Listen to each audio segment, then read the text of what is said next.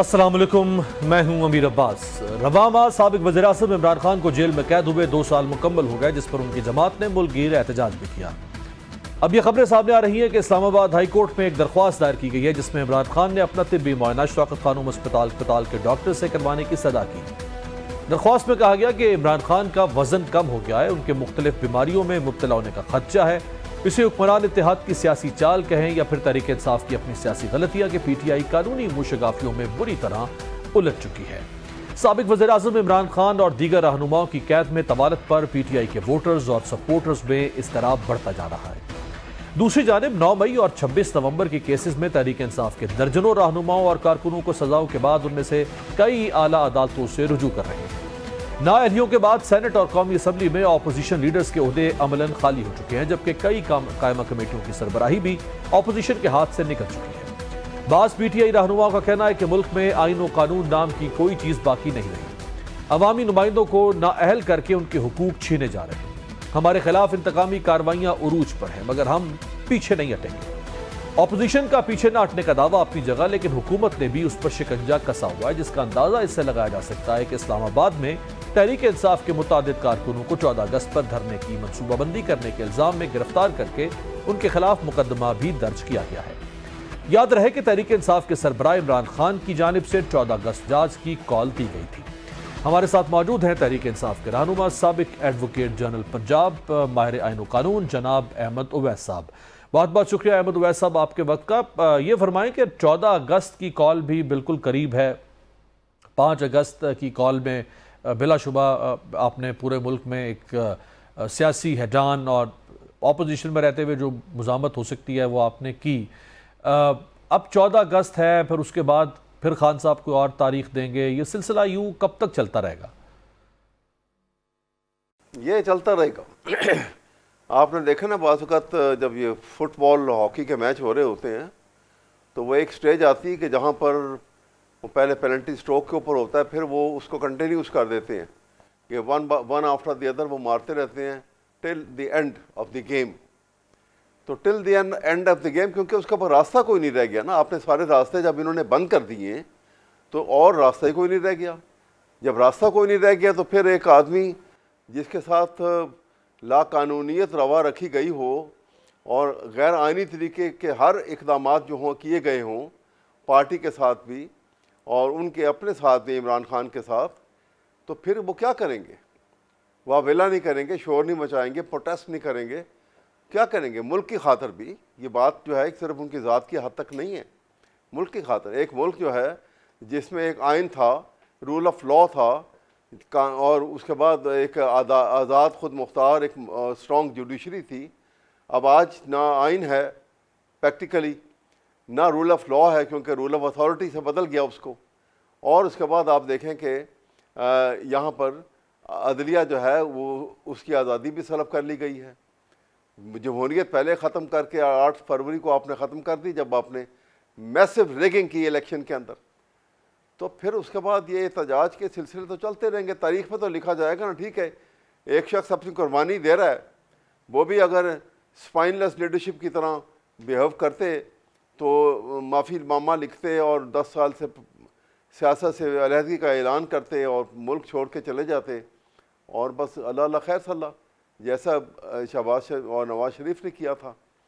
اب ایک آدمی نے ایک جگہ ایک لی ہے، ایک پرنسپل سٹانس لیا ہے، قوم ان کے ساتھ کھڑی ہے، لیکن یہ بڑی انفارچونیٹ صورتحال ہے کہ یہ ایک حکومت جو ہے وہ اپنے سکور وننگ کے لیے ایک طاقت کا سہارا لے رہی ہے، وہ طاقت جو کہ نیشنل طاقت ہے، وہ طاقت جو پوری قوم نے اپنے خون پسینے کا جو ہے وہ جو کمائی ہوئی تنخواہ میں سے اور ارننگ میں سے وہ ان کا بجٹ پورا کیا ہے کہ پاکستان کی ایک مشاق اور خود مضبوط آرم فورسز سامنے ہوں تاکہ انڈیا جیسے بڑے دشمن کا مقابلہ ہو، اور وہ اللہ کے فضل سے فوج کا وہ ہیروئک جو ایکٹ ہے وہ بڑا اچھا ہے۔